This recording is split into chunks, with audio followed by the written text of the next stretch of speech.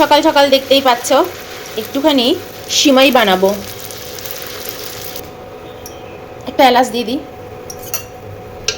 আজকে খুব সিমাইয়ের পায়েস দিয়ে আর একটু রুটি পরোটা এরকম কিছু একটা খেতে ইচ্ছে করছে।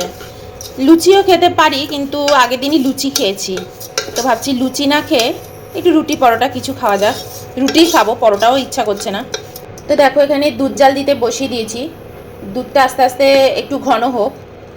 আর এখানে দেখো সিমাইটা ভেজে রেখেছি, আর গুড়ও বার করে নিয়েছি। সেই গুড় নিয়ে এসেছিলাম না, গুড় রয়েছে। আমার কিন্তু সকাল সকাল একদম স্নান টান সব হয়ে গেছে। এই এটা দিয়েই হয়ে যাবে। তো দেখো গুড়ও নিয়ে নিয়েছি, একটুখানি তো চিনি অ্যাড করবোই। পায়েসে আবার শুধু গুড় দিয়ে করলে কেটে যেতে পারে, তো যাই হোক। তো চলো পায়েসটা করে নিই। আটাও দেখো মেখে রেখে দিয়েছি, এটা কিন্তু শুধু আটা মাখা, এর মধ্যে কোনো ময়দা নেই। আটা মেখেছি। আর এদিকে দেখো পটল, বিট, আলু, পেঁয়াজ সব কিছু দিয়ে এটা ফ্রাই করছি, রুটি দিয়ে খাবো বলে। তো এই হচ্ছে আজকে আমাদের ব্রেকফাস্ট। আর তোমাদের জানাই গুড মর্নিং। সকাল সকাল আমার স্নান হয়ে গেছে। আজকে একদম সকালবেলা ঘুম থেকে উঠেই ফ্রেশ হয়ে নিয়েছি। তো এই দেখো ভাজা হচ্ছে। আজ হচ্ছে তোমার মঙ্গলবার, তো মঙ্গলবারে আর ইচ্ছে করছে না, এই গরমের মধ্যে না চা খেতে দেখবে খুব একটা ইচ্ছে করে না। যাদের ধরো খুব নেশা, চায়েরও কিন্তু একটা নেশা আছে, তো তাদের দেখবে চা না হলে চলে না, কিন্তু আমার আবার চায়ের কোনো নেশা নেই।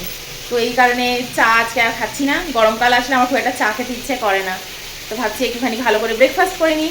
এখন কটা বাজে জানো? 10টা 15 হয়েছে, তো 11টার মধ্যে হয়ে যাবে। চলো করে নিয়ে টেবিলে এসে বসি, তারপর তোমাদের সাথে কথা বলবো।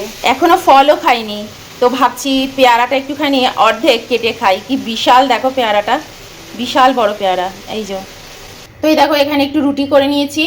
ঘিটাকে দেখো এইভাবে রেখে দিয়েছি, তাহলে ঘিটা না গলে যাবে। তো এইভাবে ঘিটা মাখিয়ে নিই গরম গরম রুটির উপর। এইদিকে আরেকটু রুটি হচ্ছে। তো এই দেখো এই হচ্ছে আজকে আমাদের ব্রেকফাস্ট। এখানে একটু মিক্স ভেজ রয়েছে, যেটাকে ভেজে এনেছি।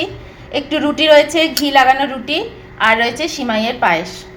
অনেক দিন না সকাল সকাল এরকম একটা কমপ্লিট ব্রেকফাস্ট খুব মিস করছিলাম। রোজ চা মুড়ি। আর এই কয়েকদিন ধরে অয়ন বেশ 3-4 দিন একদম বাড়িতেই আছে। ওর যখনই অফিসের ওই কোটাটা পূরণ হয়ে যায় 12 দিন যাওয়ার, তো তারপর মোটামুটি বাড়িতেই থাকে। আর এই মাসটা তো সবে শুরু হয়েছে, তো হয়তো ওর মতন করে প্ল্যান করে নিয়েছে। একদিন অফিসে গেছে, তো 2 দিন বাড়িতে আছে। আর শনি রোববারটাও ছিল, তো পরপর অনেক দিন, তো ভাবলাম না আর মুড়ি আর চা নয়, রোজ রোজ একটু ভালো কিছু খাওয়া যাক, ওর জন্যই করা। এলো ঘিগুলো লাগিয়ে নিয়ে এসেছি। তো চলো আগে একটু খেয়ে দেখি কেমন হয়েছে। কটায় বসছি বলো তো? 11টায়। আচ্ছা ভালো স্নান টান সব হয়ে গেছে।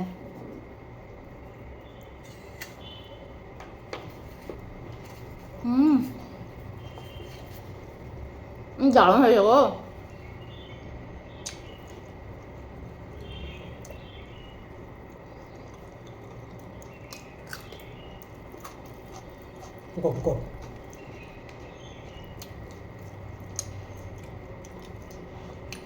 অন্যান্য দিন না ঘুম থেকে উঠতে উঠতে দেরি হয়ে যায়।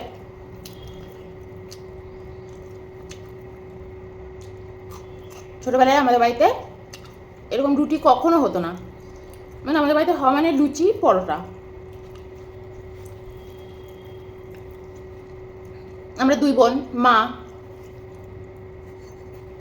আমাদের বাড়িতে কখনোই মানে রুটি তো হবেই না। তাহলে জানবে মা জানবে যে মেয়েরা খাবে না। আর কখনো কখনো মা নিজের জন্য একটু রুটি করে নিত।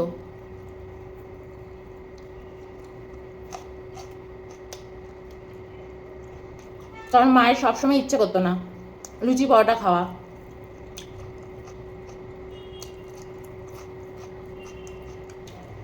আমি কিন্তু বেশি রুটি করিনি, 4টে রুটি করেছি।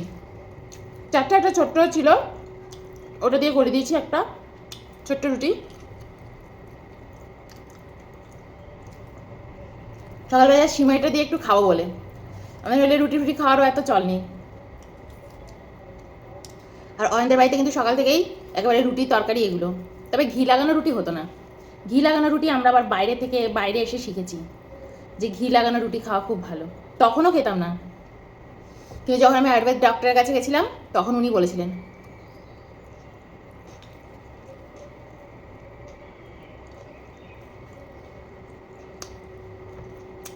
আয়ুর্বেদ ডক্টর বলেছিলেন তখন যে এমনি শুধু রুটি খাওয়া হচ্ছে শরীরের সব রোগের ডিপো রুটি, যখনই তুমি ওর উপর ঘি লাগিয়ে খাবে ওটা মেডিসিন।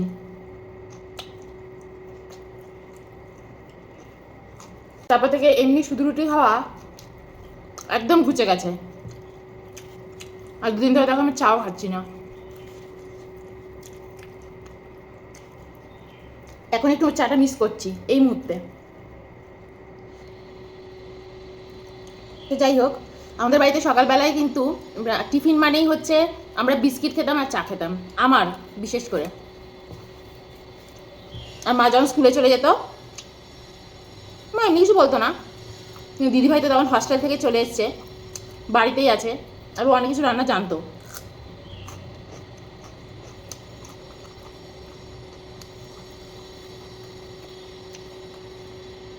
ওর রান্নাঘরে ঢোকার পারমিশন ছিল, আমার রান্নাঘরে ঢোকার পারমিশন ছিল না। তো দিদিভাই তখন সাবুর খিচুড়ি, কখনো কখনো চাউমিন, আর কখনো কখনো একটা ভাতও করতো। ও বলতো ওটা নাকি ওদের হস্টেলে দিত, মানে হস্টেলে ওদের ব্রেকফাস্টে খেতে দিত। সেটা হচ্ছে ভাতের মধ্যে সমস্ত সবজি, বাঁধাকপি, ফুলকপি, সব সবজি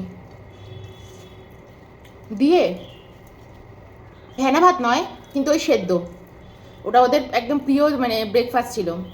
আর বাঁধাকপি, ফুলকপি এগুলো মানে শীতকালের দিকে বেশি দিত, গাজর, ক্যাপসিকাম সব কিছু নাকি ওই ভাতটার মধ্যে থাকতো, ঘি দেওয়া থাকতো। আর সকালবেলা ওরা ওটা ব্রেকফাস্টে খেত, ওটা দিদিভাই বলতো। তো ওটাও যখন ও বাড়িতে এসেছিলো খুব বানাতো। আর মা যে স্কুলে চলে যেত, মা শুধু বেরোনোর অপেক্ষা, আর দিদিভাই অমনি রান্নাঘরে গিয়ে তাড়াতাড়ি করে ওরও বানাতো, বোন খাবি, আমি হ্যাঁ হ্যাঁ হ্যাঁ। আর যে সবজিটা না থাকতো আমাকে বলতো 2-3টে সবজি নিয়ে আসবি দোকান থেকে, আমি হ্যাঁ এনে দেবো। আবার যখন দিদিভাইয়ের বিয়ে হয়ে গেল তখন আমি আস্তে আস্তে বড় হয়ে গেলাম, আমার তখন রান্নাঘরে ঢোকার পারমিশন ছিল। আবার দিদিভাই তো কলেজেও যেত না, তো সেই সময় আমি আবার মাঝে মাঝে খুব ট্রাই করতাম রান্নাঘরে চুপি চুপি ঢোকার, কিন্তু অত আর ঢুকতাম না। মামিও থাকতো, কিন্তু অনেক সময় মামিও বাড়িতে যেত। আজ তোমাদেরকে একটা মামির গল্প বলি, যে আমাদের বাড়িতে যে মামি যে ছিল,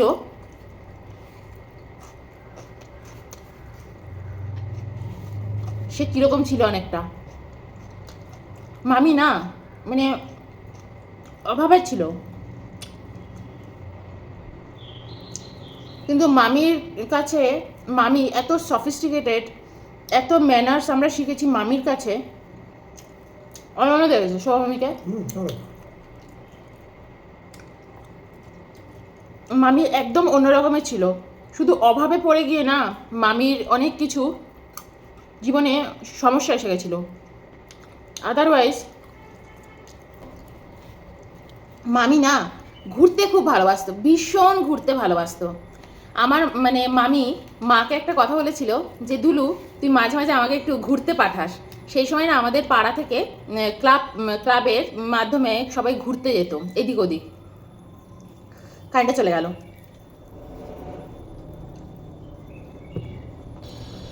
তো মামি খুব ঘুরতে ভালোবাসতো, তো ওর জন্য মা বছর বছর আমাদের ক্লাব থেকে যদি কোনো গাড়ি ছাড়তো, বাস টাস ছাড়তো পুরীতে যাওয়ার জন্য, জয়রামবাটি যাওয়ার জন্য। আর কনস্ট্রাকশনের কাজ হচ্ছে কারোর বাড়িতে, আমাদের বাড়িতে কনস্ট্রাকশনের কাজ হচ্ছে তাই আওয়াজ আসছে। তো মামি ওখান থেকে ঘুরতে যেত, আর মা টাকা দিয়ে দিত। তো মামি ওখান থেকে ঘুরতে যেত, আবার দুবার দিদিভাইও গেছে। তো মামি বলতো যে শোনা যাক, সোনার সাথে যাব। মামির একটা গল্প আছে, মামির যখন বিয়ের পর, অনেক ছোটোবেলায় তো মামির বিয়ে হয়ে গেছে, আর খুব কম বয়সে মামি মানে যে মামা সে মারাও গেছে। তো মামি বিধবাও হয়ে গেছে খুবই কম বয়সে। তো কিন্তু মামির মানুষের হয় না ঘোরা ফেরার স্বাদ, ঘুরে ফিরে বেড়াবো, কোনো কোনো মানুষের দেখবে এই ধরনের স্বাদ আহ্লাদ থাকে। আমাদের আজকে কি, আমাদের আজকে কিন্তু স্টেটাস মেনটেন করার জন্য আমরা কিন্তু বেশিরভাগ সময় এখন ঘুরে ফিরে বেড়াই। সবাই ঘুরতে যাচ্ছে, আমি যদি ঘুরতে না যাই লোকে আমাকে কি ভাববে। যে ওনার হয়তো ঘুরতে যাওয়ার টাকাই নেই, এরকমও অনেকে ভেবে ঘুরতে চলে যায়। ঘুরতে গিয়ে আমরা সেই জায়গা নোংরা করি, সেই জায়গাকে উপভোগ করি না, শুধু ভিডিও করি, ফটো তুলি, আর কিচ্ছুটি করি না, ঠিক কি না? শুধু ঘুরতে যাওয়ার জন্য ঘুরতে যাওয়া। কিন্তু কিছু কিছু মানুষ এমনও আছে, তারা এত ঘুরতে ভালোবাসে। তো মামিও হচ্ছে তাদের মধ্যে একজন, ভীষণ ঘুরতে ভালোবাসে।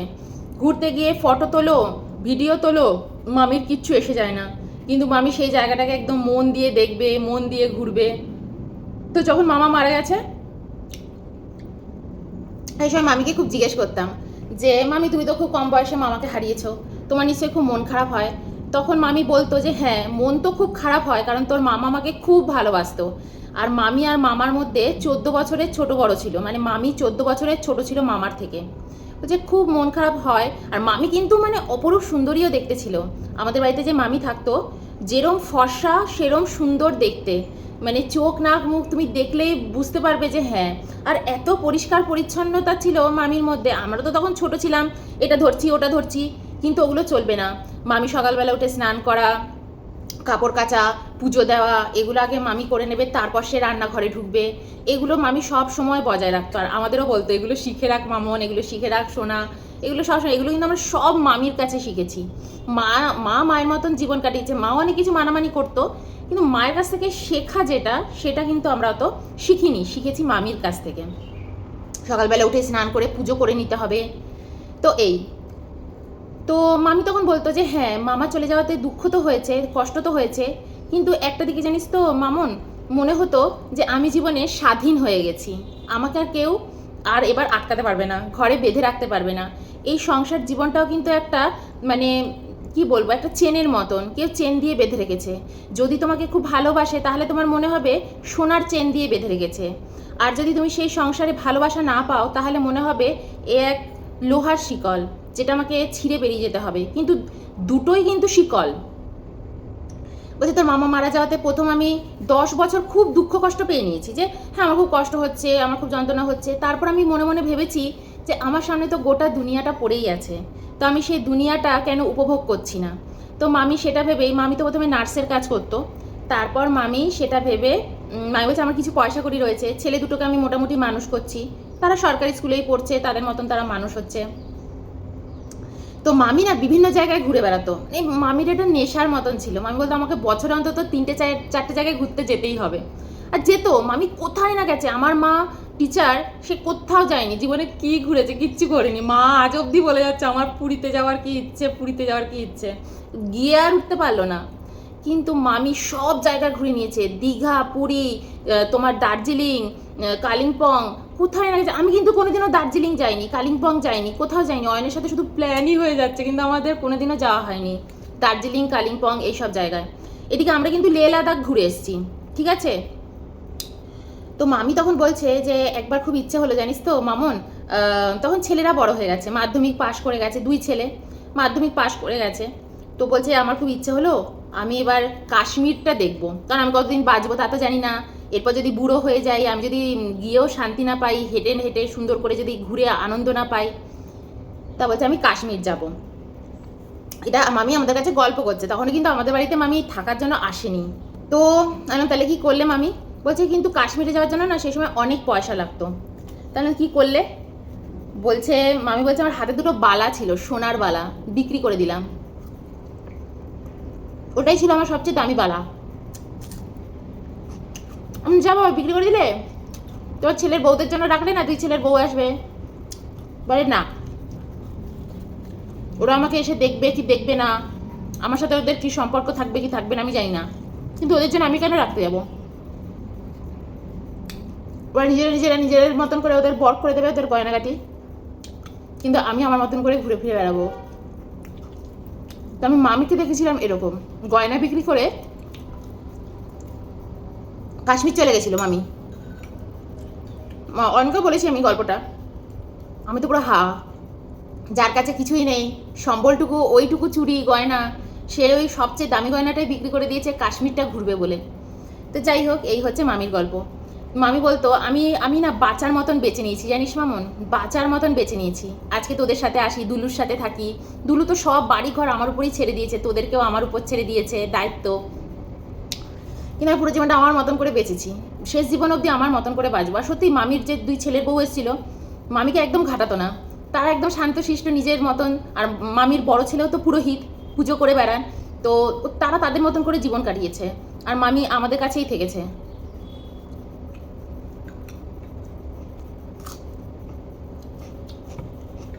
তো এই একটা ইনসিডেন্ট তোমাদের সাথে একটু শেয়ার করলাম।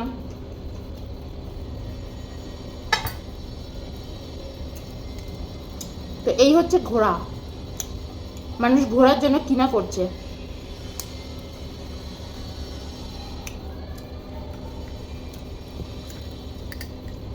পায়েসটা খেয়ে দেখি কেমন।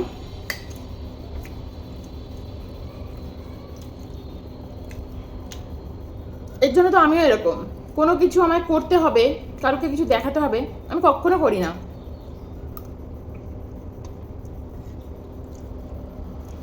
আমার যেটা ভালো লাগে আমি সেটাই করি, আমার ভালো লাগছে না আমি করি না। আমার এই 4 দেওয়ালের মধ্যে শুয়ে বসে কাটাতে ইচ্ছে করছে, মুক্ত ছাদে ঘুরে ফিরে বেড়াতে ইচ্ছে করছে, আশপাশটা দেখতে ইচ্ছে করছে। আর আমাদের ছাদে দাঁড়ালে চারপাশ দেখেই তোমার মন ভরে যাবে, কোনো বাধা নেই, একদম দূর দূর অবধি দেখা যায়।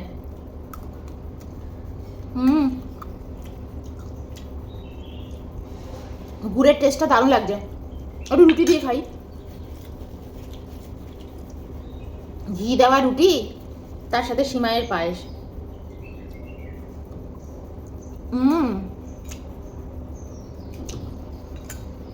মিষ্টিটা একদম হালকা হয়েছে, দারুণ খেতে লাগছে গো। তো চলো আজকে একটু গল্পটা করলাম, খেয়ে নিই, চলো বাই।